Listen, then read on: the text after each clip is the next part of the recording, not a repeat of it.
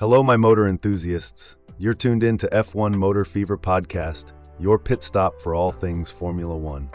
Hi there, Enzo. I see McLaren's been stirring the pot with some early revelations. Indeed, William. They've unveiled the livery for their 2024 car, the MCL38, ahead of the big reveal. A change of strategy from previous years, wouldn't you say? Certainly seems so. They're hoping to maximize marketing around the launch, right? Spot on. The livery does give us a hint to the car's design. It's a bit like the earlier MCL36, but with more orange on the front wing and engine cover. Plus, there's a shift to black side pods, akin to special liveries we've seen before. I've heard the light blue accents from the past 2 years are absent this time around. Is that true? Yes, they've swapped it for a darker shade of blue, reminiscent of the DP World logo. Even the driver number stickers get a makeover, with a nod to the special liveries from 2023. And the MCL38's design specifications. When can we expect those? The team's penciled that in for Valentine's Day, February the 14th. But there's a bit of a twist in the tail with the numerical system of the car, isn't there? Ah, you're referring to the skipping of MCL37. A bit unusual, yes. That's right, and all eyes are now on the team and their drivers, Lando Norris and Oscar Piastri, who are raring to hit the track in the new car. After all, the 2024 season awaits, and it promises to be a cracker. Can't wait, Enzo. I've got a feeling we're in for a roller coaster of a season. Hey there, petrol heads. You're in tune with your host Enzo on F1 Motor Fever Podcast. And this is your co-pilot, William, ready to navigate the exciting world of Formula One. You've got it, William Turner. Don't forget, folks, we're bringing you the latest and greatest from the circuit every day. So do hit that subscribe button and turn on notifications to stay in pole position with us. Now, without any further delay, let's put the pedal to the metal.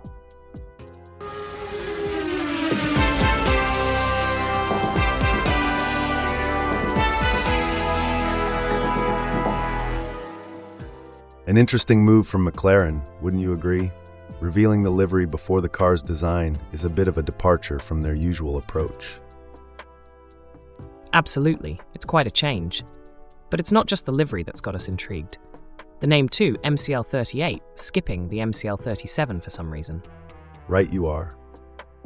The MCL38's livery carries a striking resemblance to the MCL36 from 2022, with an intent to reduce weight. And compared to last year's MCL60, which had quite a run with 9 podium finishes, there's more orange on the front wing and engine cover. McLaren seems to have a thing for geometric stripes, don't they? This year, they're turning the side pods black, akin to the special liveries we've seen in Singapore and Japan. That's correct. And the light blue accents from the past 2 years are out. Instead, they've opted for a darker shade of blue, much like the DP World logo we've seen until 2022. Looking forward to seeing the chrome number stickers on the nose and engine cover. A nice throwback to the special liveries from 2023, perhaps even a homage to the black and silver cars of the 2000s. Undeniably, McLaren knows how to play the nostalgia card. They're certainly building up the anticipation for the design reveal in February. It's going to be a thrilling wait. No doubt about that. With such a successful precedent set by the MCL60, the MCL38 has got some big shoes to fill. Can't wait to see how it all unfolds. The MCL38 design specs will be out on the 14th of February. Interestingly, the team is returning to the normal numerical system after the special name in 2022, the MCL60, in honor of the 60th anniversary of the Woking team's foundation. However, they're skipping MCL37. Skip numbers, that's unusual. Can you give an example of other times this has happened in Formula One? Certainly, the most famous example would be Ferrari's F60, which was named in 2009 to celebrate the team's 60th year in the sport. It skipped the F2009 moniker that would have followed the previous year's F2008. Interesting. What did Zak Brown have to say about the launch? Zak Brown, CEO of McLaren, expressed excitement about the 2024 livery launch ahead of the new season, claiming the design looks amazing. He highlighted the continuous development of the car and praised the McLaren team for their fantastic work. He also mentioned that the livery changes were a response to fans' feedback. Talking about fans, what are the drivers saying? Lando Norris, in a statement, said he can't wait for the new season. He's notably excited about the new livery incorporating elements from the previous year's improvements. He also expressed his anticipation to get into the 2024 car and challenge competitors at the front of the grid. It just so happens, while preparing for his second year in Formula One, Oscar Piastri said, "The 2024 livery looks pretty cool, and I can't wait to race in McLaren's iconic colors for a second year. I made some special memories with the team in my debut year, with 2 podiums and a sprint race win." That's interesting. Coincidentally, I had a chat with a few fans recently, and they seem just as excited about the upcoming season. They're looking forward to seeing what these young guns bring to the grid. Indeed, Piastri seems determined to make more such memories for the fans. He's committed to giving his best alongside the entire team to compete with their rivals and give fans more memorable moments. And what about the man at the helm of McLaren, Andrea Stella?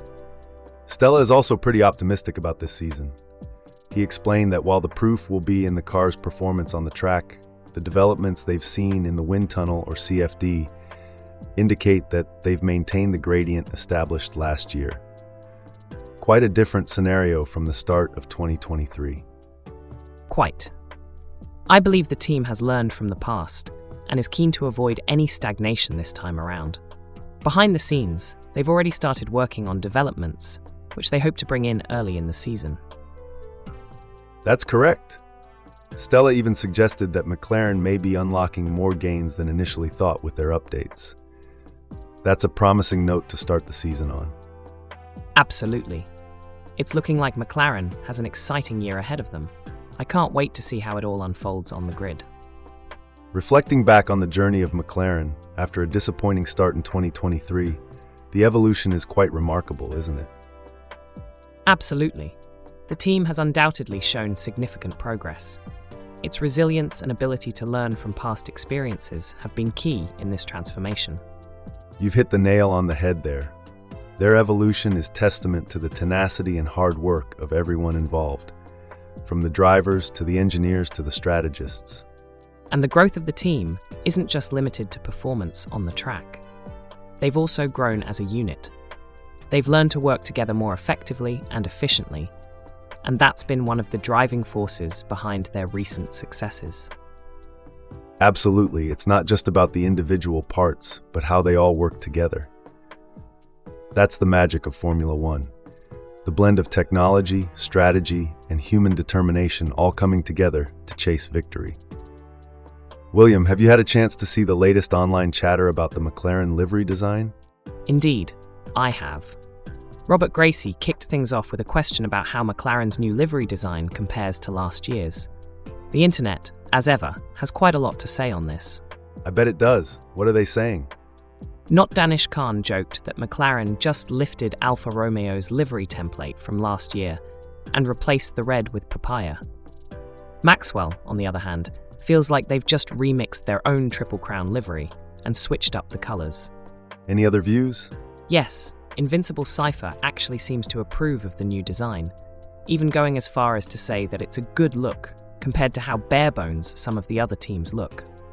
However, Full Fold is not a fan of the prominent black in the liveries these days. Interesting. Any other notable comments?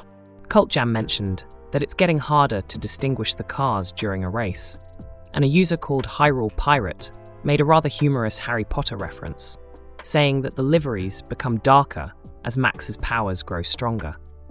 Also, Jojo Joriek thinks the new livery is better than last year's blue, and the 69 Body Problem agrees that the new design is less busy and definitely an improvement. Some interesting thoughts there. It just goes to show the wide range of opinions and how subjective something like a livery design can be. That concludes today's episode of F1 Motor Fever podcast. A big thank you to all our listeners for joining us as we dissected McLaren's impressive evolution and delved into the world of Formula One livery designs. Do remember to subscribe and activate notifications so you never miss an episode. He's not joking, folks. It's faster than a McLaren pit stop, and you'll be the first to know when we drop a new episode. Share our podcast with your mates, your family, and other speed fanatics. And if your granny loves a bit of F1 chatter, well, be sure to let her know about us too.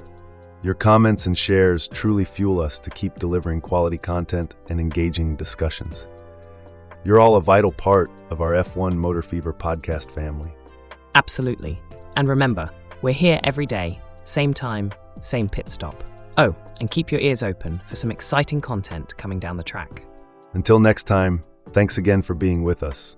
We're already revving our engines for the next episode. Enzo and William together. Pedal to the metal, keep your gaze on the road. Our channel's content is pure gold.